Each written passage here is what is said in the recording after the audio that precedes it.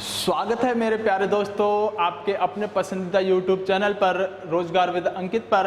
और मैं हूं सुशील जादौन और स्वागत करता हूं आपका आज के इस सेशन में। बहुत ज़बरदस्त सा सेशन रहने वाला है, बहुत ज़्यादा उम्दा चीज़ों को सिखाऊंगा। लेकिन आज का जो सेशन है आप सभी को दिख रहा होगा, उत्तर प्रदेश के नृत्य, डांस और लोकगीत पर हम बात करने वाले हैं। बहुत ज़्यादा अच्छा यह आपके एग्जाम के दृष्टिकोण से यहाँ पर सेशन होगा, क्योंकि इससे प्रश्न आने की संभावना बहुत रहती है। हम छोटी छोटी चीज़ों को जानकर चलेंगे, हम जानेंगे कि यहाँ पर प्रश्न किस तरह से बनेगा, हम जानेंगे कि प्रश्न क्या क्या पूछा गया है। उन सब चीज़ों पर आज के सेशन में हम आपसे बात करेंगे। कुछ चीज़ें हैं मेरे प्यारे दोस्तों, जैसे कि पीडीएफ में एक दो वीडियो की आपको नहीं दिलवा पा रहा था, अभी बहुत जल्दी उस पर काम कर रहा हूं। बहुत जल्दी आपको मैं पीडीएफ दिलवा दूंगा। टेलीग्राम चैनल पर आपको पीडीएफ दिलवा दी जाएगी। कुछ लोग पूछते हैं कि यहाँ टेलीग्राम चैनल पर जो है, यानी कि पहली बात पूछते हैं कि जो पीडीएफ होगी इन नोट्स की वह कहाँ पर मिलेगी। देखिए दोस्तों, मेरा मानना है कि आप खुद से अगर लिखेंगे तो आपके लिए बहुत ज़्यादा सहजता होगी याद करने में। लेकिन अगर फिर भी आप सहज महसूस नहीं कर पा रहे हैं खुद लिखने में, तो आप टेलीग्राम पर जाइएगा। टेलीग्राम पर जाने के बाद आप अगर वहां सर्च करेंगे रोजगार विद अंकित के नाम से, तो लगभग 35,000 के आसपास कैंडिडेट्स वाला जो चैनल होगा वह रोजगार विद अंकित चैनल हमारा ही होगा। और वहां आप उसे ज्वाइन कर लीजिएगा। जो भी क्लासेस आपकी होती हैं रोजगार विद यूट्यूब चैनल पर, उसकी ज्यादातर वीडियो के लिंक और वीडियो के नोट्स हम उस टेलीग्राम चैनल पर डाल देते हैं, तो आप उसे एक बार जरूर ज्वाइन कर लेंगे। नाम होगा टेलीग्राम चैनल का रोजगार विद अंकित। इसे ज्वाइन करेंगे, वहां पर मैं आपको पीडीएफ इसकी दिलाता रहूंगा। उसके बाद भी कुछ चीजें होती हैं आपकी, जैसे कि आप मुझसे प्रश्न पूछते रहते हैं विभिन्न चीजों पर, तो यहाँ पर आपको सारी चीजें बता दी जाएंगी। आप कमेंट में अगर आपको कोई भी कैसे भी क्वेरी है, आप उसको कमेंट में आकर एक बार मुझे बता दीजिएगा। मैं उस तक पहुंचने की कोशिश करूंगा और आपका जवाब देने की कोशिश करूंगा। तो आप इतना समझिएगा कि आज यहाँ पर जो हम पढ़ने वाले हैं, इस उत्तर प्रदेश के लोक गीत और नृत्यों के बारे में जानने वाले हैं। उत्तर प्रदेश के अगर नृत्य और लोक गीत की हम बात करते हैं प्यारे दोस्तों, देखिए प्रश्न क्या बनेगा मैं आपको बता दूंगा, लेकिन थोड़ा सा बेसिक सा जान लेते हैं। आपको रटना ही होगा इसमें, लेकिन रटने के अलावा भी अगर रटने के अलग से भी कुछ प्रश्न बन जाता है जो किताबों में नहीं मिलेगा, उस पर मैं थोड़ी सी 1 मिनट बात करूंगा, फिर आगे आपको लेकर चलूंगा आपको याद क्या क्या करना है। मेरे प्यारे दोस्तों जरा गौर फरमाइएगा, ध्यान से देखिएगा और अपने दिमाग को एक बार यहीं पर स्थिर रखिएगा जहां मैं आपको जो चीज पढ़ाने की कोशिश कर रहा हूं। सबसे पहले ध्यान देंगे कि उत्तर प्रदेश के अंदर संगीत कला का विकास जो हुआ है वह धार्मिक प्रेरणाओं से हुआ है। मतलब इसका जो विकास है संगीत कला का, इसका उद्गम कैसे हुआ, आखिरकार यह चीज आई कहां से, तो हम कहेंगे यह धार्मिक प्रेरणाओं से यहां पर आई। और अगर संगीत कला धार्मिक प्रेरणाओं से आया, दूसरा याद रखेंगे कि इसका प्रमाण भी है और प्रमाण है सामवेद। यानी यह जो धार्मिक प्रेरणाओं से हमें संगीत कला का अनुभव होता है, इस बात का प्रमाण सामवेद में मिलता है। और आप वैसे भी जानते होंगे कि जो सामवेद है वह संगीत से संबंधित ही तो है। आप इसे ऐसे याद रखते हैं कि से साम होता है और से ही क्या होता है, संगीत होता है। और कई बार प्रश्न भी पूछा जाता है कि संगीत से संबंधित कौन सा वेद है हमारे चारों वेदों में, आप से साम और से संगीत कहते हैं। तब यहाँ पर दूसरा भी प्रश्न क्लियर हो जाना चाहिए कि हम कहेंगे कि धार्मिक प्रेरणाओं से जो अगर संगीत कला का विकास हुआ है तो उसका प्रमाण क्या है, आप कहेंगे संगीत उसका प्रमाण है। आगे चलते हैं मेरे प्यारे दोस्तों। एक व्यक्ति हुए हैं जिनका नाम है सर भारत मुनि, और यह भारत मुनि नाम के व्यक्ति, इन्होंने नाट्य शास्त्र की रचना की। नाट्य शास्त्र एक पुस्तक है, उसकी रचना करने का श्रेय किसे जाएगा, उसका रचना करने का श्रेय भारत मुनि को जाएगा। अगर भारत मुनि ने इसकी रचना की है तो आगे यहाँ से प्रश्न बहुत बनेंगे, क्योंकि इससे है नाट्य शास्त्र बहुत ज्यादा जरूरी होती है मेरे प्यारे दोस्तों। किस तरह से, क्योंकि पहली बात तो इससे नाट्य शास्त्र को हम संगीत का वायविल कहते हैं। मतलब संगीत का बाइबल किसे कहा जाता है, संगीत का बाइबल किसे कहा गया है। आपसे प्रश्न पूछेगा, आप नाट्य शास्त्र को लगा रहे होंगे। नाट्य शास्त्र को लिखा किसने, आप भरत मुनि को कह रहे होंगे। 3 प्रश्न बनेंगे, नाट्य शास्त्र से संबंधित नाट्य शास्त्र किसने लिखा, इस यहां पर पूछ सकता है, या फिर कि संगीत का बाइबल किसे कहा जाता है। आगे आइएगा कि नाट्य शास्त्र तो सर जाना, बहुत अच्छी बात है कि संगीत का बाइबल कहा जाता है, कुछ प्रमुख ही रहा होगा। उसके अलावा जो भी इस नाट्य शास्त्र के अनुसार नृत्य करेगा, मतलब जो नाट्य शास्त्र को फॉलो करते हुए जो नृत्य करेगा, डांस करेगा, हम उस नृत्य को शास्त्रीय नृत्य कहेंगे। मतलब अब मैं आपसे पूछ रहा हूं कि आप ये बताइए कि शास्त्रीय नृत्य होता क्या है। 2 तरह के नृत्य होते हैं, एक लोक नृत्य, एक शास्त्रीय नृत्य। तो दोनों में जब हम डिफरेंस करते हैं, तो मैंने अगर आपसे पूछा कि लोक नृत्य और शास्त्रीय नृत्य में अंतर क्या है, तो आप मुझसे एक ही बात कहेंगे कि सर जो नाट्य शास्त्र को फॉलो करते हुए नाट्य शास्त्र के अनुसार नृत्य किया जाएगा, वह नृत्य कौन सा होगा, शास्त्रीय नृत्य होगा। यानी कि आप क्लियर एकदम समझ पाएंगे कि शास्त्रीय नृत्य क्या होता है। शास्त्रीय नृत्य वह होता है जो नाट्य शास्त्र के अनुसार नृत्य करे, जो नाट्य शास्त्र को फॉलो करते हुए डांस करे, नृत्य करे, उसी को हम शास्त्रीय नृत्य कह सकते हैं। बिल्कुल क्लियर हो गया होगा कि यहाँ पर हम शास्त्रीय नृत्य इसे क्यों कहते हैं, क्योंकि शास्त्रीय नृत्य के अंतर्गत जितने भी नृत्य किए जाएंगे वह सभी नाट्य शास्त्र को फॉलो करते हुए किए जाएंगे। आगे बात करते हैं, यहां तक कोई समस्या नहीं है सर। आगे आते हैं किस तरह से, जब आगे बात करेगा कि उत्तर प्रदेश के अंदर, यानी अगर शास्त्रीय नृत्यों पर बात की, मैंने कहा 2 तरह के नृत्य हो सकते हैं, लोक नृत्य और शास्त्रीय नृत्य। तो उत्तर प्रदेश के अंदर, और इस उत्तर प्रदेश के अंदर एकमात्र शास्त्रीय नृत्य है, महत्वपूर्ण हो जाएगा।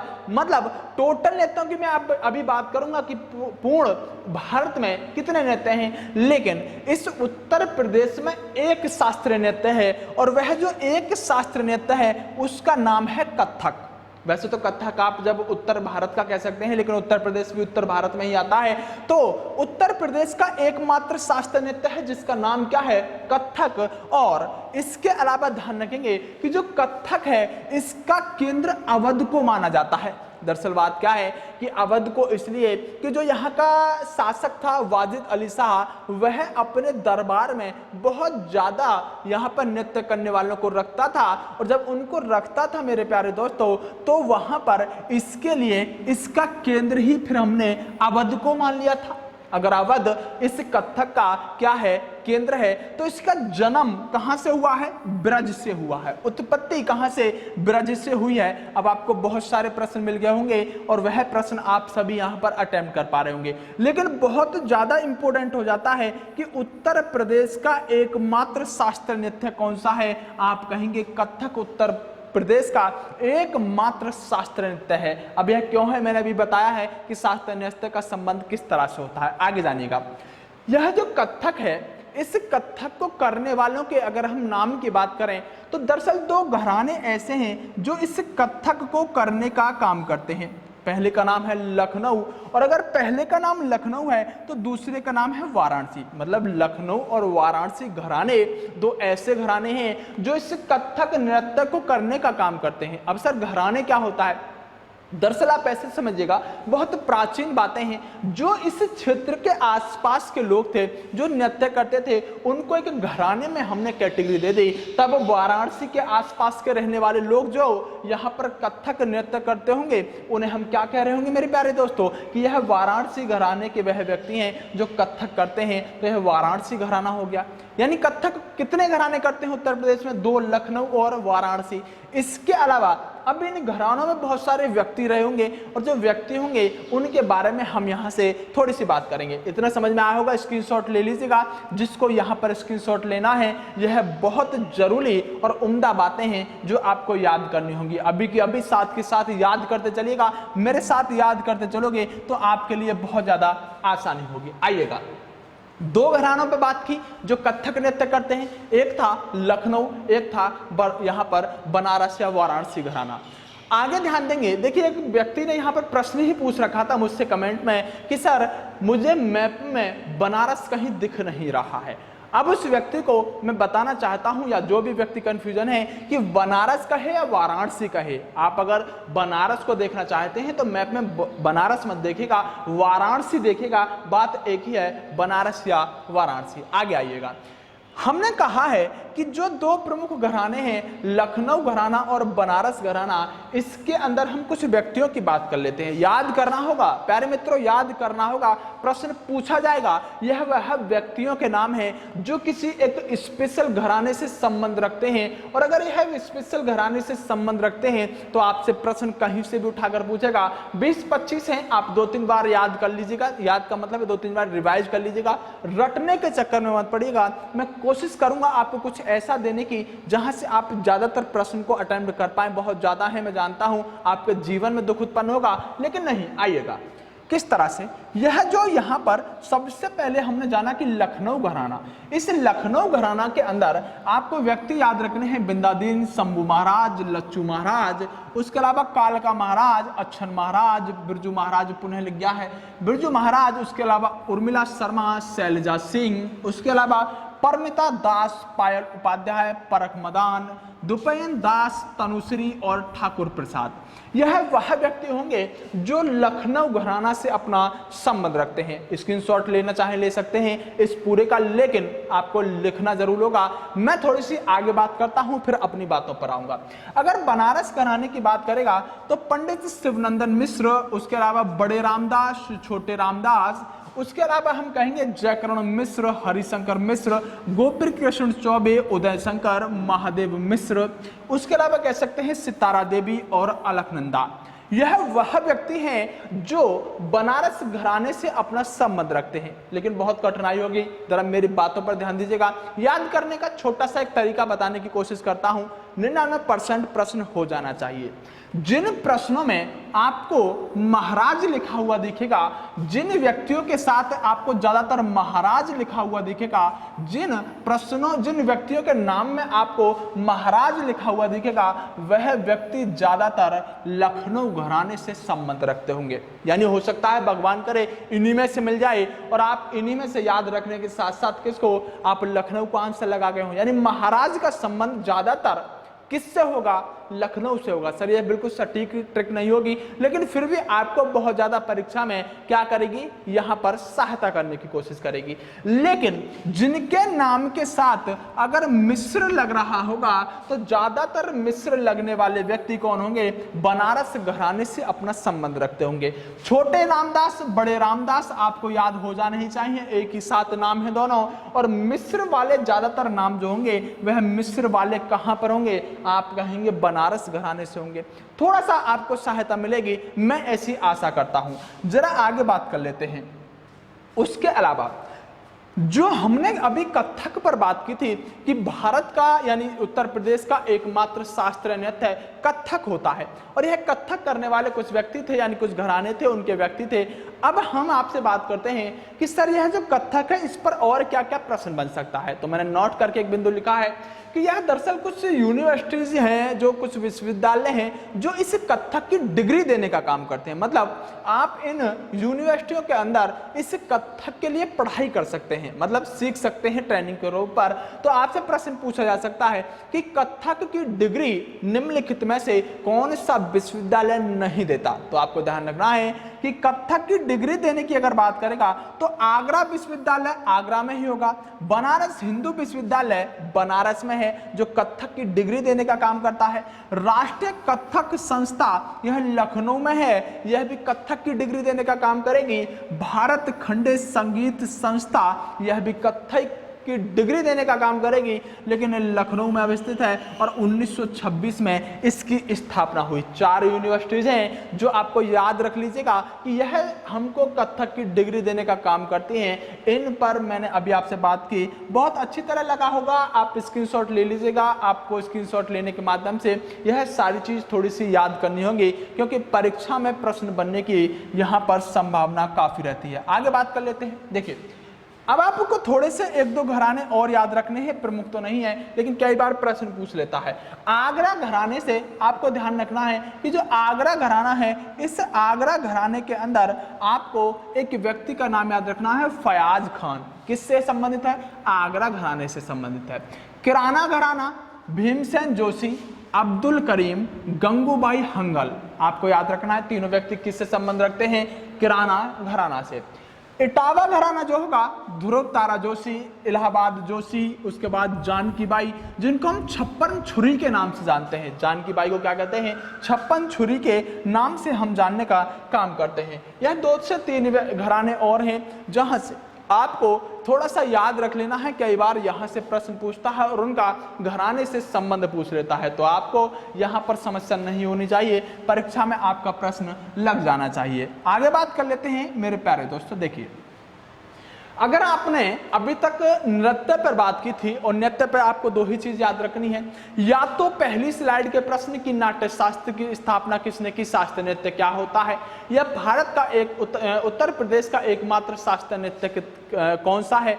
वैसे तो संपूर्ण भारत में कुल 8 शास्त्रीय नृत्य होते हैं। अब शास्त्रीय नृत्य किस तरह है मैं सब चीजों पर बात कर चुका हूं। दूसरा, आपको व्यक्ति का नाम याद रखना है, वह कौन सा नृत्य करता है और कौन से घराने से संबंधित है। इस पर प्रश्न बनने की संभावना रहती है। तब आप जरूर इस बात से समझ होंगे कि नृत्य पर अगर प्रश्न बना तो आप उसे जरूर कर पाएंगे।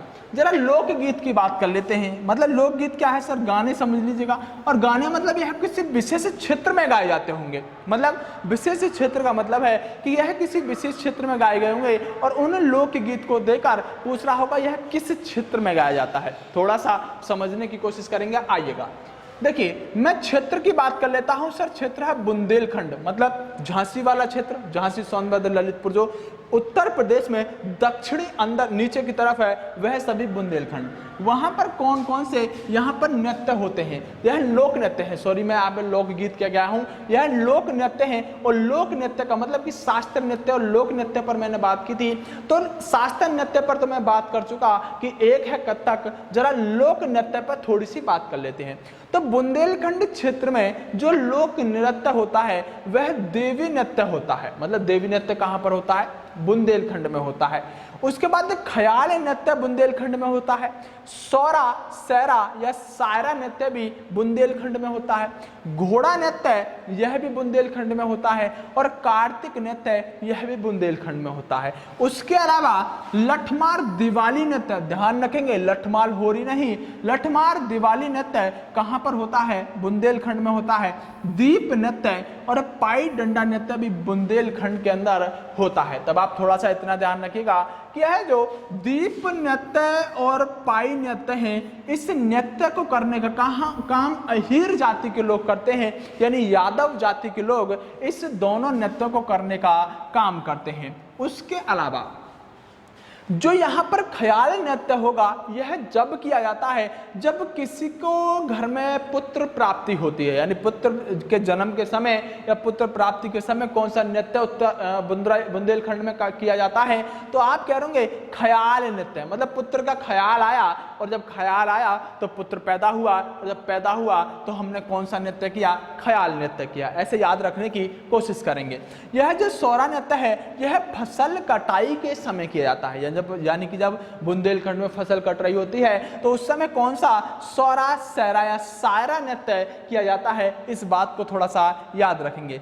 कार्तिक नृत्य का जो संबंध है वह गोपी जो होती हैं, मतलब गोपी जो होती हैं वह कृष्ण बनकर, मतलब कुछ व्यक्ति और कुछ महिलाएं यहाँ पर कृष्ण का रूप धारण करते हैं। गोपी और कृष्ण दोनों मिलकर फिर यहाँ पर क्या करते हैं? नृत्य करने का काम करते हैं। थोड़ी सी चीजें हैं, याद रखिएगा। उसके अलावा जगह जरूर याद रखिएगा और जगह के साथ वहाँ पर कौन सा नृत्य होता है स्क्रीनशॉट ले लीजिएगा अगर आपको आवश्यकता है। नहीं तो आपको थोड़ा सा ज्यादा नहीं, 6-7 नृत्य हैं, आपको यह याद कर जाइएगा तो अच्छा होगा। आगे चलते हैं, थोड़ा सा और लोक नृत्य को यहाँ पर देख लेते हैं। ब्रज क्षेत्र, नृत्य के क्षेत्र से बहुत ज्यादा जरूरी होता है। अगर नृत्य के हम परिपक्व बात कर रहे हैं, इसके संदर्भ में बात कर रहे हैं, तो यहाँ पर रास नृत्य जो है और रासक दंड नृत्य कहाँ पर हो रहा है सर? आप कहेंगे ब्रज क्षेत्र में होता है। रासलीला से आप अंदाजा लगा सकते हैं कृष्ण भगवान का संबंध ब्रज से है, तो रास कहाँ पर होगा? रास नृत्य यह ब्रज में ही होगा।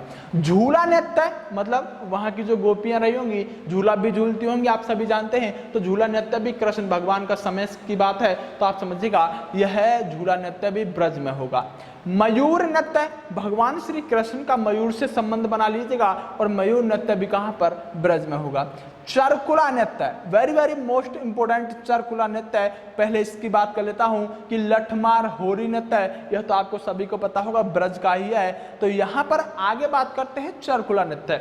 यह चरकुला नृत्य जो है इसको आप एक बात ध्यान रखिएगा कि यह रथ के पहिए पर, यानी रथ के पहिए पर कुछ घड़े रखकर और फिर यह चरकुला नृत्य किया जाता है। यानी एक रथ का पहिया लिया, उसके ऊपर कुछ घड़े रखे, उस रथ के पहिए को अपने सिर पर रखा और उसके बाद महिला इस नृत्य को करने का काम करती हैं। लेकिन उत्तर प्रदेश के किसी एक परीक्षा में प्रश्न पूछा गया है कि जो यहाँ पर जो चरकुला नृत्य होता है, इस चरकुला नृत्य के अंदर कुछ दीपे भी रखे गए होते हैं, कुछ दीप रखे गए हैं, और प्रश्न यह पूछा गया था कि दीपों की संख्या कितनी होती है। बहुत डीपली सा प्रश्न हो जाता है, लेकिन परीक्षा में पूछा गया है, भगवान ना करे आपसे भी पूछ लिया जाए। ध्यान रखिएगा 108 दीपों की संख्या होती है, और 108 थोड़ा सा लकी सा नंबर है, शुभ सा नंबर होता है, तो यहाँ पर इसलिए 108 रखे गए होंगे। इस तरह से आपको याद रखिएगा कि चरकुला का यहाँ पर रथ के पहिए पर घड़ा और दीपक रखे, और कितने 108 यहाँ पर रखे जाएंगे, इस बात को आप ध्यान रखेंगे। अगला पूर्वांचल क्षेत्र, और पूर्वांचल क्षेत्र में आपको क्या क्या याद रखना है? नटवरी नृत्य, धोबिया नृत्य। ध्यान रखिएगा धोबिया नृत्य जो होगा यह धोबी जनजाति के लोग करते हैं। उसके अलावा यहाँ पर कहरुआ और घीवर नृत्य, यह कहार जनजाति के लोग इस नृत्य को करने का काम करते हैं। पासी नृत्य यहाँ पर कहाँ किया जाता है? पूर्वांचल क्षेत्र में किया जाता है। उसके अलावा छोलिया नृत्य, और जो छोलिया नृत्य होगा यहाँ तलवार और ढाल के साथ यह नृत्य किया जाता है। और अगर तलवार और ढाल के साथ यह नृत्य किया जाता है तो कौन सी जाति के लोग कर रहे होंगे? राजपूत जाति के लोग इस छोलिया नृत्य को करने का काम करते हैं। जरा आगे आइएगा और जानिएगा किस तरह से हमारे लिए और ज्यादा चीजें महत्वपूर्ण हो जाती हैं। कुछ ज्यादा इस वीडियो में बचा नहीं है, थोड़ा सा समझ लीजिएगा क्योंकि प्रश्न आने की संभावना बहुत रहती है। ठरकरी नृत्य और चोलन नृत्य, यह दरअसल दोनों ही नृत्य मिर्जापुर और सोनभद्र में किए जाते हैं, लेकिन यह चोलन नृत्य जो है यह वर्षा और फसल के कटाई यानी फसल के समय में और वर्षा के लिए यह नृत्य किया जाता है। उसके अलावा यहाँ पर ध्यान रखिएगा ढडिया नृत्य, यह संतान होने पर सरस्वती से बुद्धि के लिए मांग करते हैं। जब कौन सा नृत्य करते हैं? डढ़िया नृत्य करने का काम हम करते हैं। यहाँ पर कर्मा और शीला नृत्य, यह खरवार जाति के लोग यानी खरवार जनजाति के लोग इन दोनों कर्मा नृत्य और शीला नृत्य को करने का काम करते हैं। जोगनी नृत्य यह अवध में होता है और राम नवमी के दिन में यह नृत्य होने का काम करता है। आशा करता हूं कि यहाँ पर यह नृत्य आप समझ पाए होंगे। एक बार नोट कर लीजिएगा, रिवाइज कर लीजिएगा, आपको जरूर याद हो जाएंगे। अगली स्लाइड पर बात करते हैं लोकगीत। लोकगीत मतलब यह कुछ क्षेत्र के गीत होंगे और यहाँ पर किस तरह से आपको याद रखना है जरा ध्यान दीजिएगा। सबसे पहले ध्यान रखेंगे कि लोकगीत के अंदर आपको सोहर, संस्कार गीत या नटका या कव्वाली यह सभी गीत कहाँ? अवध में गाए जाते हैं। उसके अलावा झूला, होरी, फोग, लंगुरिया और रसिया कहाँ पर? ब्रज में होते हैं। यह सभी गीत ब्रज के तो आपको सभी को याद ही हो गए होंगे क्योंकि यह तो है ही ऐसे। अभी झूला की भी बात की थी, होरी की भी, फॉग, लंगुरिया, रसिया मतलब यह कहाँ पर होंगे? यह ब्रज क्षेत्र में होंगे।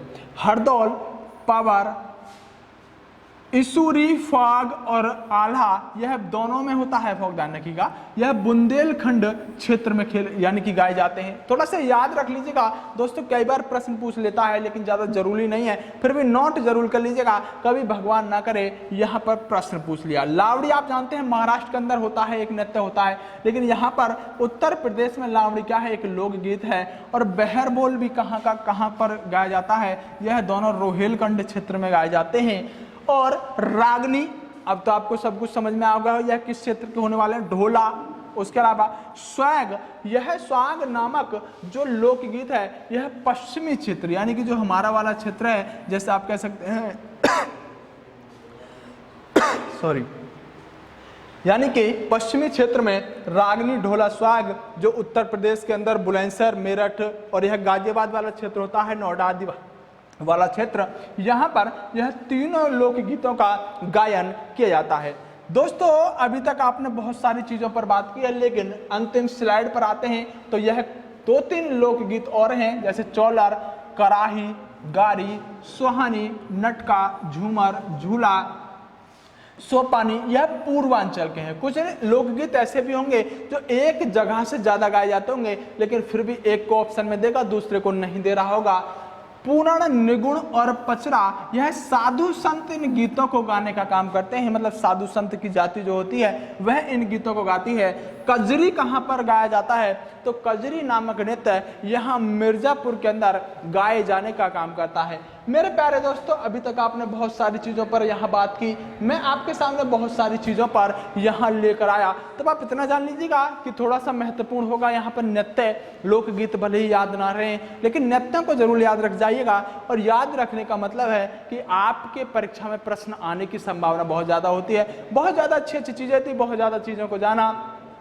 आशा करता हूं कि कुछ चीजें आपको जरूर नई मिली होंगी और नई चीजों को आपने जाना होगा। आप धीरे धीरे बने रहिएगा, हम बहुत आसानी से तरीकों को सीखते चलेंगे और फिर आपको जब परीक्षा में बैठे होंगे तो प्रश्न देखने के बाद आप जरूर पा रहे होंगे कि हाँ यह प्रश्न मुझे याद है। ऑप्शन देखकर आप जरूर लगाने की चेष्टा करेंगे और लगा कर भी आएंगे, ऐसा मेरा विश्वास है। चलिए मेरे प्यारे दोस्तों, आज की वीडियो को हम यहीं पर खत्म करेंगे। सभी के लिए बेस्ट ऑफ लक, मिलेंगे अगली क्लास में।